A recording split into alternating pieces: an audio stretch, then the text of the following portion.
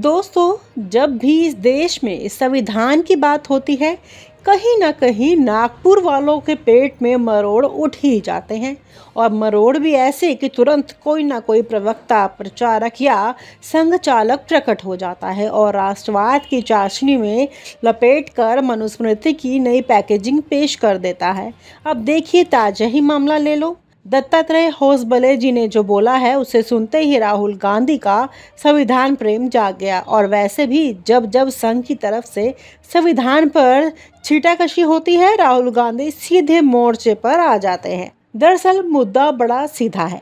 संघ वाले संविधान से आहत हैं और राहुल गांधी संघ की मंशा से आहत है। अब इसमें संविधान की सबसे ज्यादा दुर्गति हो रही है, क्योंकि संघ के लोगों की नजर में संविधान सिर्फ एक औपचारिक कागज है। असली संस्कार तो मनुस्मृति में है। और यही वजह है कि दत्तात्रेय होसबले जी ने बयान दे दिया है और राहुल गांधी ने तुरंत मंच संभाल लिया। राहुल गांधी का साफ साफ कहना है कि आरएसएस संविधान से चिढ़ता है, क्योंकि संविधान बराबरी की बात करता है, संविधान सबको समान हक देता है, जबकि संघ ने एजेंडे में साफ लिखा है जातिवाद, ऊंच नीच, भेदभाव और पुरानी पितृसत्ता का ढांचा। मतलब 21वीं सदी का भारत डिजिटल इंडिया बन जाए, चंद्रयान 3 चांद पर पहुंच जाए, लेकिन संघ की सोच अभी भी मनु महाराज के पैर छू रही है। अब भाई, राहुल गांधी भी कोई मौन नहीं रहने वालों में से। जैसे ही होसबले जी ने यह बयान दिया कि संविधान की कुछ बातें भारत की परंपरा से मेल नहीं खाती, वैसे ही राहुल गांधी ने आरएसएस को सीधा घेर लिया। राहुल बोले, संघ को संविधान से नहीं, मनुस्मृति से प्यार है। ये लोग बराबरी नहीं चाहते, ये चाहते हैं भारत को 2 हिस्सों में बटा रहे। एक हिस्सा वो जो हुक्म चलाए और दूसरा हिस्सा जो गुलामी करे। और अगर इतिहास में जाए तो राहुल गांधी गलत भी नहीं है। याद करिए, खुद आरएसएस ने 1949 में संविधान बनने पर क्या प्रतिक्रिया दी थी। गोलवलकर साहब की बातें उठाकर देखिए, संविधान विदेशी है, भारत की परंपराएं मनुस्मृति में हैं, हमें अपने प्राचीन ग्रंथों की ओर लौटना चाहिए। मतलब अंग्रेज चले गए, पर इनकी सोच अभी भी 2000 साल पीछे अटकी हुई है। अब सवाल ये है कि क्या ये लड़ाई केवल राहुल गांधी बनाम आरएसएस की है? नहीं भाई, ये लड़ाई है भारत की आत्मा बनाम संघ की सोच की। एक तरफ है संविधान जो कहता है सब बराबर है, दूसरी तरफ है मनुस्मृति जो बताता है कौन शूद्र, कौन ब्राह्मण, कौन राजा, कौन रंक। और यही है असली लड़ाई का मैदान। संघ तो सेवा कर रहा है, संघ ने करोड़ों कोरोना किट बांटी, लेकिन जब तक बात संविधान की होती है तब इनका असली चेहरा बाहर आ जाता है। संविधान में लिखी बराबरी इन्हें चुभती है, क्योंकि अगर सब बराबर हो गए तो संघ जो सत्ता पक्षपात आधारित ढांचा है वो खुद ब खुद गिर जाएगा। राहुल गांधी ने इसलिए साफ शब्दों में कह दिया, अगर आरएसएस सत्ता में रहा तो संविधान खतरे में रहेगा, क्योंकि इनकी प्रेरणा मनुस्मृति है, संविधान नहीं। ये लोग जातियों में बांटकर, महिलाओं को द्वयम दर्ज पर रखकर लोकतंत्र को कमजोर करके ही खुश होते हैं। और शायद राहुल गलत भी नहीं है, तभी तो हर बार संविधान की चर्चा होती है संघ वाले इधर उधर की बात करने लगते हैं।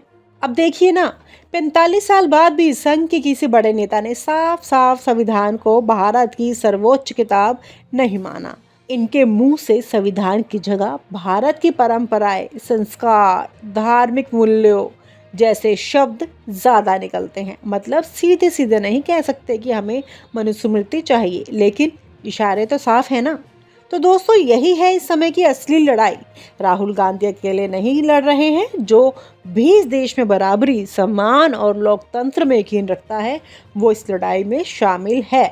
संविधान को बचाने की लड़ाई है ये, और सामने खड़े हैं वो लोग जिनकी नजर में भारत की आत्मा कागज पर नहीं बल्कि जातियों के ऊंच नीच में बसती है। अब सोचिए, जिस देश ने पूरी दुनिया को लोकतंत्र का सबसे बड़ा उदाहरण दिया, जहां करोड़ों लोग हर 5 साल में अपनी सरकार चुनते हैं, वहां संविधान की बात करना अगर किसी संगठन को चुभने लगे तो समझ जाइए मर्ज कितना गहरा है। और मर्ज भी ऐसा जिसका इलाज न डॉक्टर के पास है, न संसद में और न अदालत में।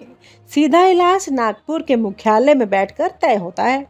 राहुल गांधी ने जब कहा कि आरएसएस संविधान से नाराज है तो कई लोग मुस्कुराए, लेकिन जो संघ के इतिहास को जानते हैं ना, उनके लिए कोई चौंकाने वाली बात नहीं है, क्योंकि संघ की नींव ही उस सोच पर रखी गई थी कि जहां संविधान नहीं, शास्त्र चलता है। अब शास्त्र कौन सा? वो जो सत्ता में बैठे लोगों के फायदे का हो। संघ की क्या दिक्कत है, आप समझिए। संविधान सबको बराबर मानता है, चाहे वो दलित हो, आदिवासी हो, पिछड़ा हो, महिला हो या अल्पसंख्यक हो।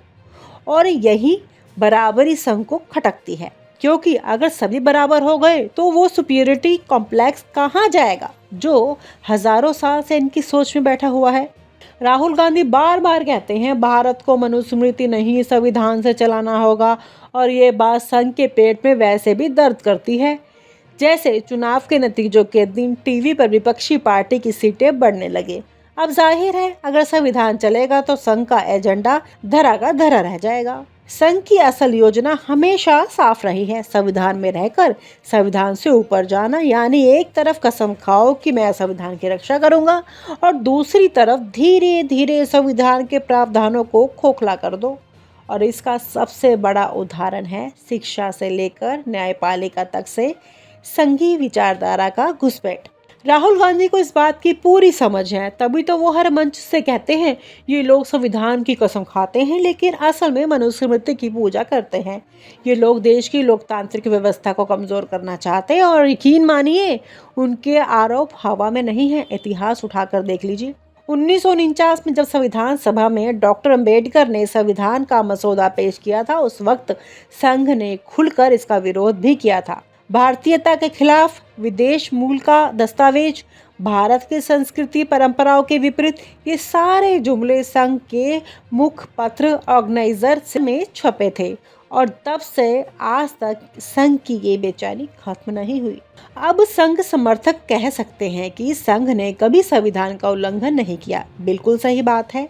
संविधान के दायरे में रहकर ही संघ ने संविधान को खोखला करने का पूरा काम किया है।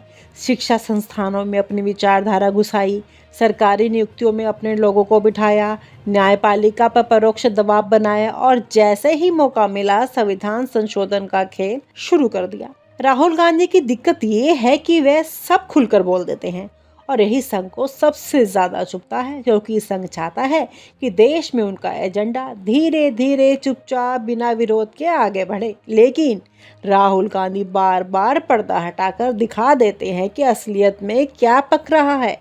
अब देखिए ना, दत्तात्रेय होसबले ने जैसे ही ये बयान दिया कि संविधान में कुछ बातें भारतीय परंपराओं से मेल नहीं खाती, वैसे ही राहुल गांधी ने पूरे देश में डंका पीट दिया कि देखो देखो यही है संघ का असली एजेंडा। और यकीन मानिए होसबले जी का बयान कोई फिसलती जुबान नहीं थी, वो एक सोची समझी रणनीति का हिस्सा थी, जो धीरे धीरे जनता के दिमाग में ये बैठाने की कोशिश कर रही थी कि संविधान तो बस अंग्रेजों का थोपा हुआ दस्तावेज है, असली भारत तो मनुस्मृति में है। और आप हमसे जुड़े रहने के लिए सब्सक्राइब करें YouTube पर, फॉलो करें Twitter पर और लाइक करें Facebook पर। और ज्यादा जानकारी के लिए आपको टाइप करना होगा सिर्फ न्यूज़ नशा।